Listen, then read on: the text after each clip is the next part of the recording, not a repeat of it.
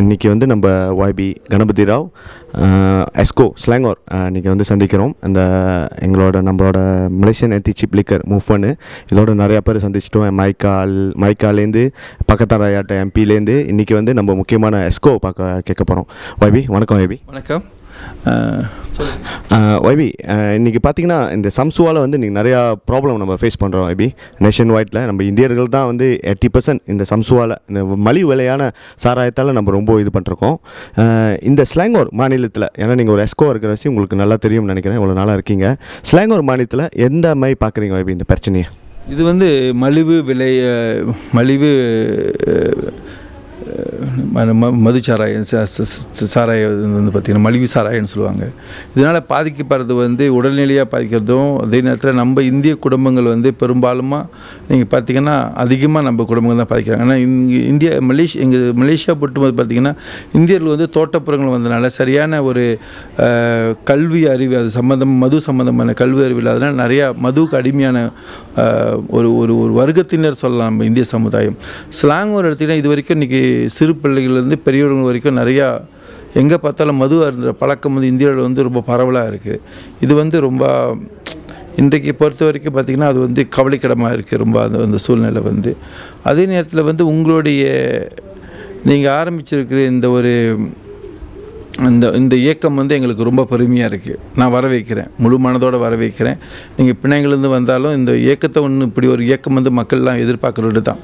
சாராய ஒழிப்பு இயக்கம்னு சொல்லிட்டு ஒரு அதாவது நீங்கள் வந்து உங்களோட சாராயம் வந்து வெறும் மலிவு விலை சாராயம்னு சொல்லி வந்திருக்கீங்கன்னா ஒரு சட்டத்துக்கு உட்பட்டு செய்யணுன்றதுக்காக உங்களோட கோரிக்கைகள் நான் படிச்சிருந்தது நல்லா இருந்துச்சு. பார்க்குறதுக்கு வந்து சரியான முறையில் இருக்குது. இதற்கு வந்து எங்களால் முடிஞ்ச ஆதரவு கண்டிப்பாக இருக்கும். சரி YB, ரொம்ப நன்றி உங்களோட ஆதரவுக்காக. YB உங்களோட உங்களோட தொகுதியில் கோத்தாலம்ஷாவில் இந்த மாதிரி, ஏன்னா நீங்கள் தமிழங்க நிறையா இருக்கிற இடமும் இந்தியர்கள் நிறையா இருக்கிற இடம் தான் நீங்கள் போயிருப்பீங்க, நீங்கள் இருக்கீங்க. ஸோ அந்த இடத்துல நீங்கள் எப்படி YB பார்க்குறீங்க இந்த விஷயத்தை? எவ்வளோ பேர் உங்கள்கிட்ட வந்து புகார் கொடுக்குறாங்க, இதை அழிக்கணும், இந்த மாதிரி யாராச்சும் உங்கள் குரல் கொடுக்குறாங்களா YB? இப்போ என்னுடைய சட்டமன்றம் எடுத்துக்கிட்டால் நான் கிளாங் சட்டமன்ற பார்லிமெண்ட் கீழே சட்டமன்றம் வந்து கொத்தாலாம்ஷா ஏற்குறைய 25 விழுக்காட்டினர் வந்து இந்தியர்கள் என்னுடைய சட்டமன்றத்தில் வந்து. நீங்கள் அதை பார்த்திங்கன்னா அதே நேரத்தில் வந்து பக்கத்தில் பார்த்திங்கன்னா காப்பார் சட்டமன்றம், இந்தாண்ட பார்த்திங்கன்னா கொத்தலாஜி சட்டமன்றம். ஸோ இந்த 3 சட்டமன்றன்றது பார்லிமெண்ட், இந்த 3 பார்லிமெண்ட்டும் இணைக்கிற இடம் தான் ஏற்குறைய நம்ம சொல்கிறது வந்து கிளாங் டவுன். அதாவது இந்த இந்தியர்களுக்கு பொறுத்த வரைக்கும் தெங்குக்கலான சொல்கிறது அந்த டவுன் வந்து என்னுடைய சட்டமன்றத்துக்கு உட்பட்டு வருது. அந்த இடத்துல பார்த்திங்கன்னா நிறைய இடத்துல வந்து மதுபானங்களை வந்து ரொம்ப பரவலாக விற்கப்படுது. அதுவும் மலிவு சாராயங்கள் வந்து பரவலாக விற்கப்படுற ஒரு ஏரியா தான் இது. நிறைய என்னுடைய அலுவலகத்துக்கு வந்து நிறைய பேர் நேரடியாக தொடர்பு கொண்டோ இல்லை ஃபேஸ்புக்காலையும் ஃபோன் வழியாக கூட இன்றைக்கு கூட ஒரு கால் வந்துருந்துச்சு. காலையில் எனக்கு வந்துருந்துச்சு. ஒரு மூதாதியார் ஒருத்தவங்க வந்து கால் பண்ணி சொல்லியிருந்தாங்க, இந்த மாதிரி அவங்க வீட்டு முன்னுக்கு வந்து நிறைய பேர் வந்து இந்த மாதிரி தண்ணி சாப்பிட்டுக்கிட்டு மது அழுந்திக்கிட்டு ரொம்ப ராத்திரி இரவு நடுநீசி வரைக்கும் ரொம்ப கலாட்டா செய்து சொல்லிகிட்டு இருந்தாங்க. இது வந்து ஒரு தொடர் கதையாக தான் இருக்குது. நிறைய நாங்களும் போலீஸ் புகாரும் செய்திருக்கிறோம் இது சம்பந்தமாக. இன்னும் ஒரு விஷயம் எங்களுக்கு விளங்காத புதிதாக இருக்குன்னா, நிறைய மது சாராயங்கள் விற்கிற இந்த சாராயங்கள் வந்து மலிவிலை சாராயங்கள் எல்லாமே எந்த வகையிலையும் அரசாங்கத்தினால வந்து அதுக்கு வந்து முறையான லைசன்ஸ் வழங்க முடியாத ஒரு சூழ்நிலை இருக்குது. ஏன்னா நிறைய பார்த்திங்கன்னா அவங்க வந்து எல்லாம் அந்த அப்ரூவலாம் கிடச்சிருக்காது. இருந்தும் இன்றைக்கு மலேசியாவில் வந்து எல்லா இடத்துலையும் எல்லா மூலையிலையும் பார்த்திங்கன்னா இந்த மது விலை சாராயங்கள் வந்து எல்லா இடத்துலையும் கிடைக்கிது. இதுதான் நம்மளுக்கு ரொம்ப அதிர்ச்சியாக இருக்குது.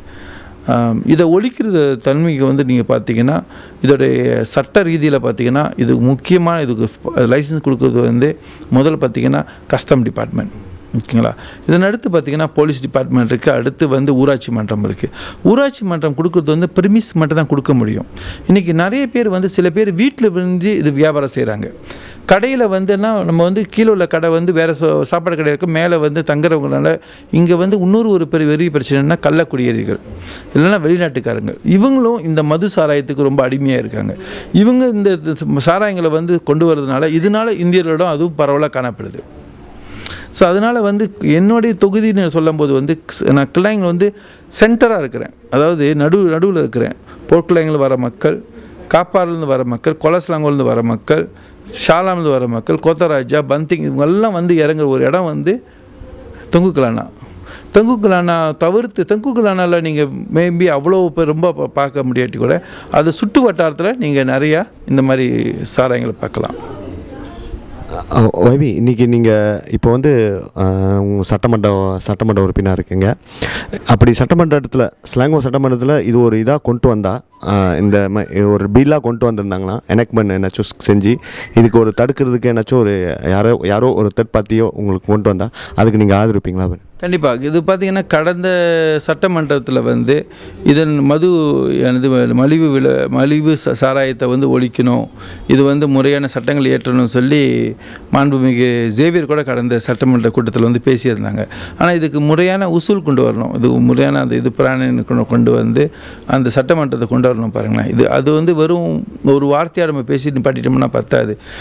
இது சம்பந்தமாக கூட நம்ம வந்து இன்றைக்கு வந்து எஸ்கோ மீட்டிங்லாம் பேசப்பட்டிருக்கு. உதாரணத்துக்கு ஸ்லாங்கூரில் பார்த்திங்கன்னா சில சீனர்களுடைய அது என்ன சொல்லுவாங்க மருந்து கடைகளில் கூட இது வைக்கக்கூடாதுன்றது. ஆனால் பல பேருடைய பல சாரர்களுடைய கருத்துக்கள் நம்ம கேட்க வேண்டியது இருக்குது. ஆனால் என்னை பொறுத்த வரைக்கும் மலிவு விலை சாராயம் என்பதே அதோட அர்த்தம் என்னென்னா, you not going to the proper health department approval.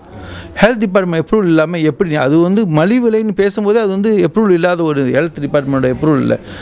கண்டிப்பாக அதுக்கு முழு எதிர்ப்பு நம்ம தெரிவிச்சாக வேண்டும். வைபி, உங்களோட நேரத்தை ஒதுக்கினதுக்காக ரொம்ப நன்றி வைபி.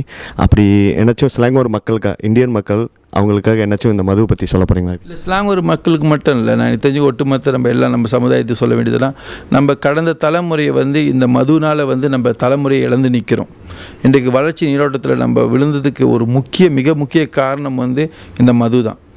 இந்த சீனர்கள் வந்து அவங்களோட உழைப்புகளை வந்து இன்றைக்கி பார்த்திங்கன்னா நிறையா அவங்க வந்து அந்த அடுத்த தலைமுறை வந்து ரொம்ப சிறப்பாக இருக்கிறதுக்கு காரணம் அது. அதே நேரத்தில் நம்ம இந்திய தலைமுறையில் வந்து இல்லைன்னு சொல்ல முடியாது. இன்றைக்கி என் தந்தையார் வந்து தண்ணி சாப்பிடாதனால இன்றைக்கி நான் ஒரு வழக்கறிஞர் ஆக முடிஞ்சிச்சு. இப்போது அதே போல் எத்தனோ இந்திய குடும்பங்கள் வந்து அவங்க வீட்டில் பார்த்திங்கன்னா மது அருந்தாத குடும்பங்கள், இது மாதிரி அதனால பாதிக்கப்படாத குடும்பங்கள் வந்து அவங்க பிள்ளைங்க நல்லா தான் இருக்கிறாங்க. இந்தியர்கள் எல்லாரும் கெட்டுப்போக்கல. ஆனால் என்ன செய்கிறது, நீங்கள் சற்று முன்பு சொன்னது போல் பெருவாரியான மக்கள், அதாவது மெஜாரிட்டி இந்தியர்கள் வந்து மதுக்கு அடிமையானதுனால அவங்க குடும்பங்கள் வந்து நிறையா விவாகரத்துக்கும், குழந்தைகள் வந்து பார்த்திங்கன்னா மூளைவளர்ச்சி குன்றியும், அவங்க பிள்ளைங்களுக்கு ஒன்றும் இல்லைன்னா அவங்களுக்கு வந்து சரியான ஒரு படிப்பறிவு இல்லாமல் அவங்களும் அதே அந்த அந்த மதுவோட அடிமைத்தனத்தில் போய்ட்டு அடிமையாகிறாங்க. இதனால் என்ன ஆகுதுன்னா, அவங்க நாட்டுக்கும் எந்த விதத்தான ஒரு என்ன சொல்கிறது முன்னேற்றத்துக்கும் வழிவகுக்குது, அவங்க குடும்பத்துக்கும் அவங்க ஒரு உருப்படாதவங்களாக போயிடுறாங்க. ஒரு பின்னால் நாளில் வந்து சரியான சீக்குகள் வந்து கிட்னிகளிலேருந்து பலவிதமான வியாதிகளுக்கு அவங்க உட்பட்டு ரொம்ப ஒரு கஷ்டமான சூழ்நிலை தான் அவங்களோட இறப்பு நிற்கிது அந்த இடத்துல வந்து. ஸோ நான் வேண்டதெல்லாம் என்னவென்றால், மதுனால் ஏற்பட்ட தீமைகளை பற்றி கண்டிப்பாக அவங்க சிந்திக்கணும். அது கிடைக்கிற ஒரு நாளுக்கு ஏற்பட்ட கொஞ்ச நேரம் கிடைக்கிற அந்த சந்தோஷத்தை விட நெடுந்தூரத்தில் கிடைக்க போகிற அந்த நஷ்டங்களை பற்றி அவங்க சிந்திச்சாங்கன்னா கண்டிப்பாக அவங்க மாறுவாங்கன்னு எதிர்பார்க்குறேன். நன்றி, வணக்கம்.